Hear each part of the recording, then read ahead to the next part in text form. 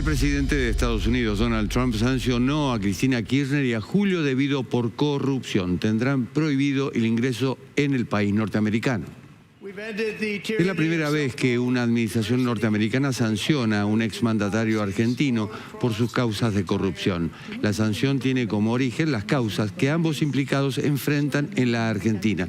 Estas designaciones reafirman nuestro compromiso de combatir la corrupción global, incluso en las más altas esferas del gobierno, dice el secretario de Estado de los Estados Unidos. Esta medida no solo influye en los protagonistas, sino que también se extiende a sus familiares directos. En el caso de la expresidenta, sus hijos, Máximo y Florencia Kirchner, tampoco podrán ingresar en Estados Unidos.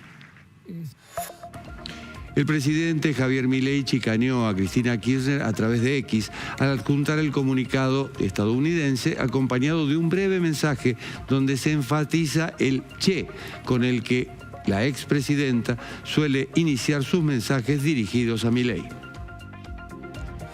De esta forma, la Embajada de Estados Unidos en Argentina especificó en un comunicado su decisión a partir de la participación de Kirchner en varios casos de corrupción, como el redireccionamiento de las obras públicas en Santa Cruz, Otesur, Los Sauces, los cuadernos de la corrupción, por parte de Julio De Vido. Asimismo, desde la Embajada se refirieron a la expresidenta utilizando sus iniciales, CFK.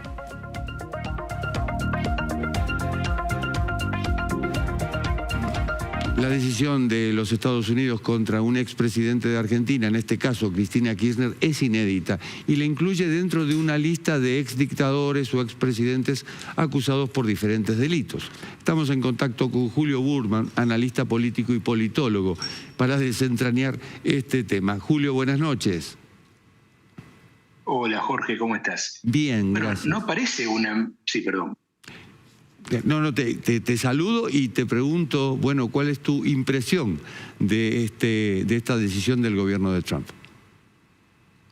No parece una decisión disparatada, o sea, Estados Unidos tiene una política bastante restrictiva con las visas y muchas veces suele no hacer demasiada diferencia, aunque es un caso que parece no muy comparable. A mí me recuerda esto un poco también a lo de Maradona, ¿no? Cuando él estaba procesado por diferentes causas policiales y le negaron la visa para acceder al tratamiento de rehabilitación que él quería realizar en la Clínica Mayo.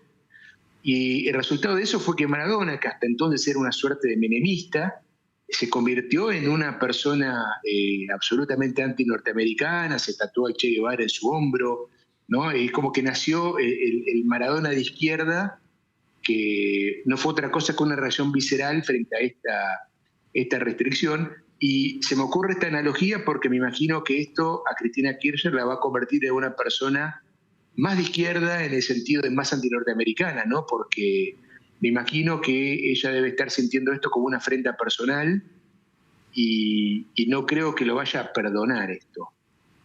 Bueno, el senador Ted Cruz en su momento, año 2022, ya había pedido en ese momento que se la sancionara a la ex presidenta y vicepresidenta. E inclusive Marco Rubio, hoy secretario de Estado, también le había pedido a Anthony Blinken, que era el secretario de Estado de Joe Biden, en su momento lo mismo que Cruz, es decir, una sanción contra Cristina Kirchner.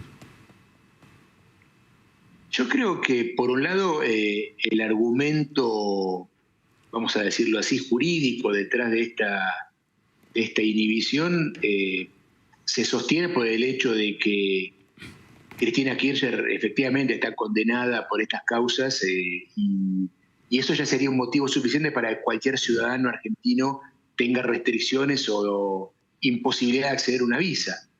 Si vos o yo vamos a la Embajada de Estados Unidos y tenemos una condena como la que tiene Cristina, probablemente también nos nieguen la visa.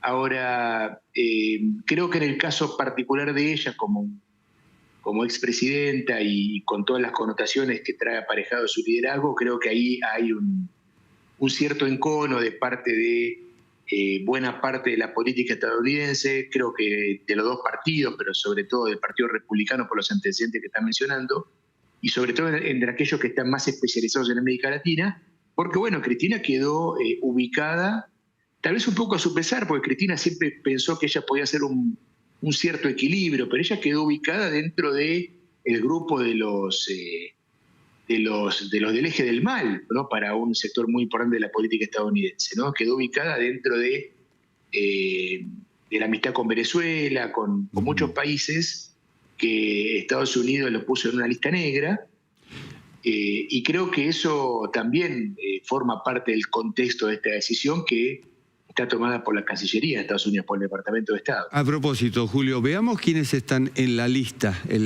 de vedados para ingresar en Estados Unidos. Nicolás Maduro es uno de ellos, también están el ex presidente de Ecuador, Rafael Correa, seguimos con una lista en la cual está el ex presidente de Panamá, Ricardo Martinelli, el ex, Daniel Ortega, el ex vicepresidente de Ecuador, Jorge Glass, juzgado en su propio país.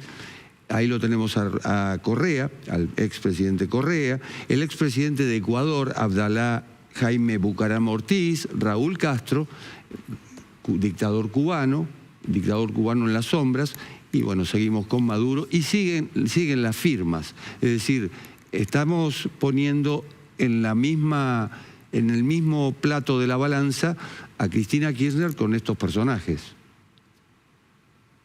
Tal cual, por eso yo decía que yo creo que Cristina siempre intentó quedar afuera de ese listado, ¿no? Ella se veía a sí misma, recordemos un poco la política argentina hace 10 años o 15 años, ella se veía a sí misma más cercana a Lula o en todo caso en un grupo de los progresistas moderados, pero por un conjunto de iniciativas de su gobierno, creo que ahí el tema Irán, el tema famoso de las valijas, donde su gobierno termina acusando al FBI de conspirar contra ella. Ella quedó ubicada en ese grupo, ¿no? Y por eso decía, un poco a su pesar.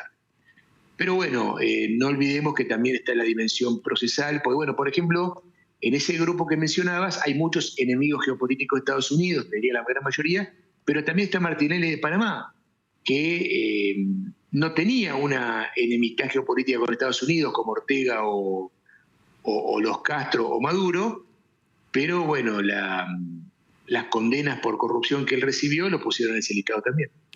Estamos hablando de una expresidenta que en su momento quiso tener buena relación con Barack Obama, no lo consiguió, luego vino Donald Trump, y a pesar de que el gobierno de Macri había apostado en ese momento por Hillary Clinton, tuvo una buena relación con Donald Trump. Fíjate lo que dice el tuit de Cristina Kirchner.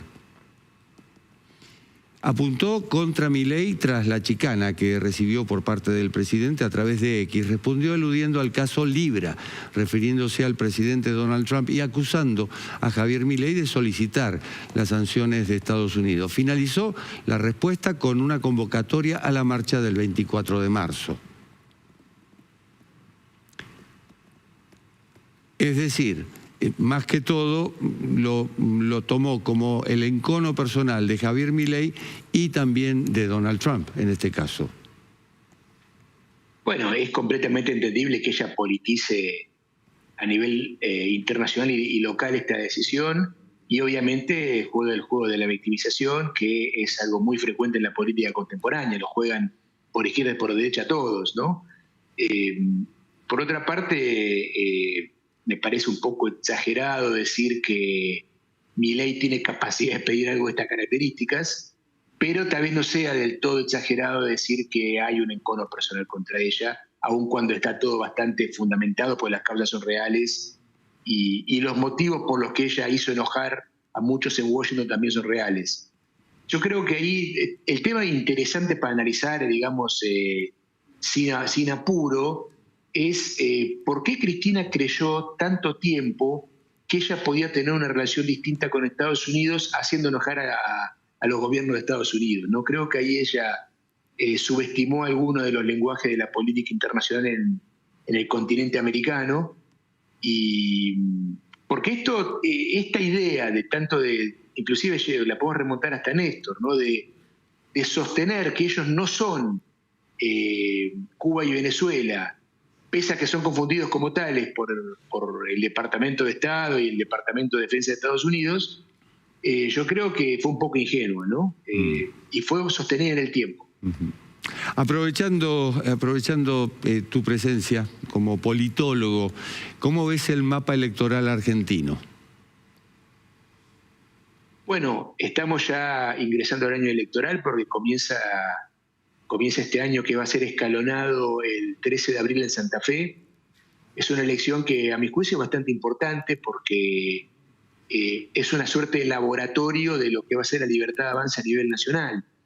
Hoy, bueno, la Libertad Avanza a ser el oficialismo nacional es un poco la referencia para el resto de las fuerzas políticas, y en este caso la Libertad Avanza decidió competir sola. Se tiene fe, evidentemente. En el caso de Chaco, bueno, ya sabemos que el mes de mayo la Libertad Avanza va en alianza con el gobernador Cedero para combatir ahí a Capitanich, que podría ganar las elecciones si fueran por separado. Pero creo que, bueno, en Santa Fe la Libertad Avanza se va a enfrentar a una coalición muy amplia que incluye al gobernador Puyara, a Mauricio Macri, a los socialistas, a los radicales, al resto de las fuerzas políticas también que están enfrente. Y creo que esto, al margen de lo que se juega en Santa Fe, que es una provincia muy importante, el propio Puyaro va a ser candidato, Germán Martínez, el jefe de bloque del partido Unión por la Patria, también es candidato. O sea, toda la política santafesina está en las listas, pero bueno, al margen de la importancia específica de esto, uno de los temas que se juega en esta elección es la habilitación de la reelección de Puyaro en 2027, por lo tanto va a tener un toque de gestión. Pero bueno, te decía que al margen de esto, yo creo que el desempeño de la Libertad Avanza en Santa Fe va a ser visto como un indicador del comportamiento de la Libertad Avanza del resto del país, ¿no? ¿Cuánto se va a involucrar la Libertad Avanza y Javier Milei en las elecciones provinciales? Yo creo que va a estar un poco determinado por este primer laboratorio electoral. Provincia de Buenos Aires, Kicillof no consigue el quórum para votar las PASO en la legislatura, se parte ahí el PJ. Y por otro lado, Mauricio Macri avaló la alianza del PRO con la Libertad Avanza. Qué escenario, ¿no? Bueno, creo que en la provincia de Buenos Aires todavía hay más tela para cortar, porque si bien hoy Kicillof tuvo este traspié con el tema de las PASO en la legislatura, vamos a decir también que está un poco descontado esto, porque no tenía los números, aunque lo intentó. Pero yo creo que Kicillof sí va a poder tal vez desdoblar las elecciones. O sea, las elecciones de legisladores provinciales y de concejales respecto de las elecciones de diputados nacionales de octubre. Y creo que si logra hacer eso va a ser muy importante, porque le va a dar otra dimensión a la política bonaerense. Una de las características de toda la política nacional del siglo XXI, digamos, después de la crisis del 2001, el nacimiento del kirchnerismo y del macrismo, es que la provincia de Buenos Aires no desdoble elecciones, ¿no?